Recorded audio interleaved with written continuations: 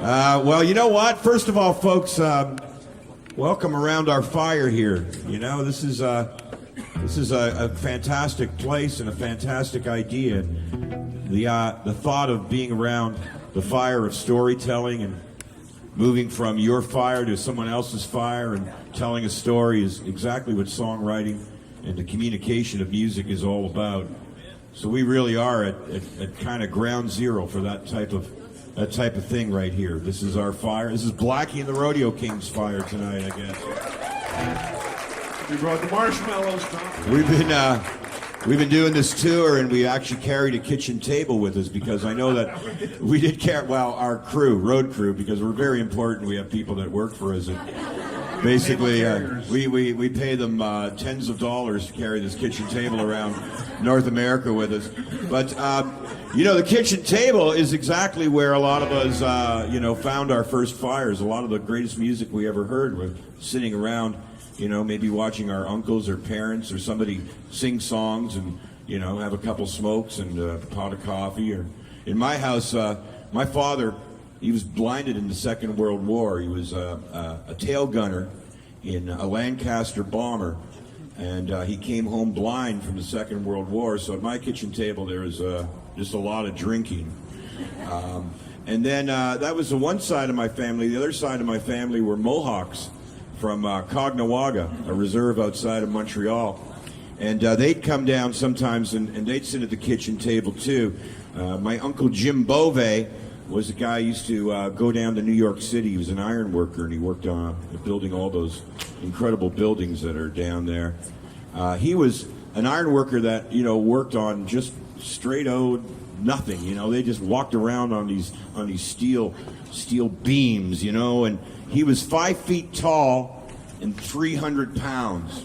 And he had tiny little feet too, man. It was crazy. And I always pictured how this like marshmallow man would be walking around up there, you know. Anyways, that was the Mohawk side of the family. So he'd come down, he played guitar, and my father, of course, being blind, would sit and they'd put a bottle of rye on the table, and that, you know, that wasn't going to go anywhere good for sure.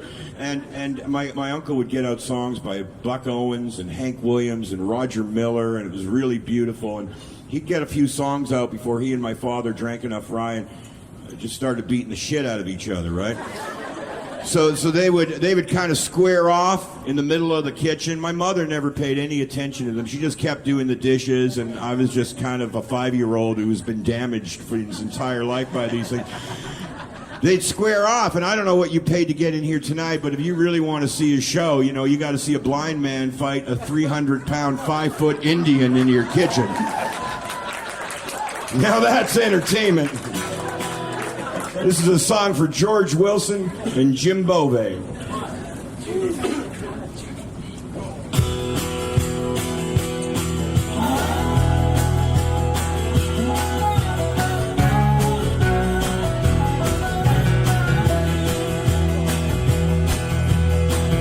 Going out tonight where it's lonely. The Holy Land Stone is calling me. And I ride on the steel and the silver wing, and I drive up the old gray ribbons and on. I'm going north.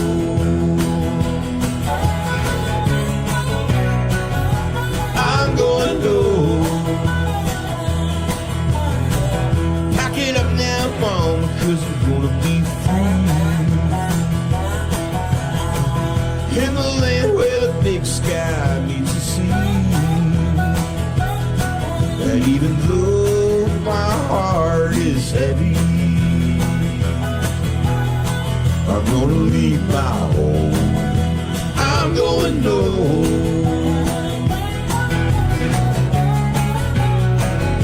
I'm going north.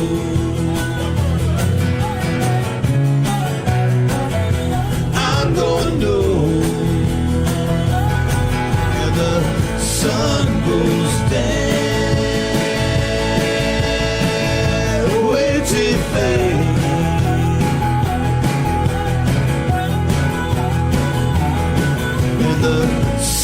stays down too long.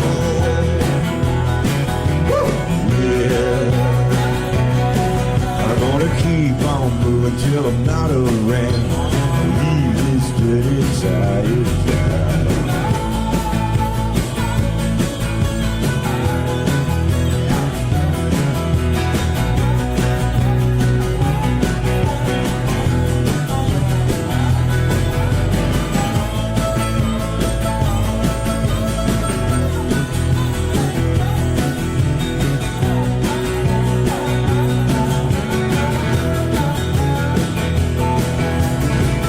Put sugar down on my front seat,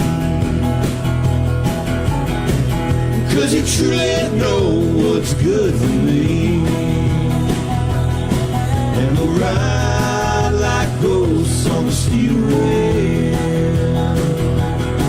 and we'll drive up the old gray ribbon road. I'm gonna know.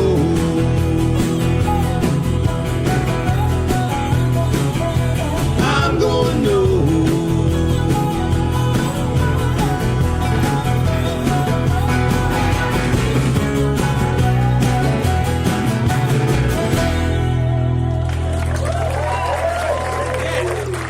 Tom Lee Harvey Osmond Wilson. The Osmond brother did not get enough love. Right here. No folks. nurturing for me. We call him the Velveteen Sheriff in this band. You better keep your fashion in order around this town, buddy.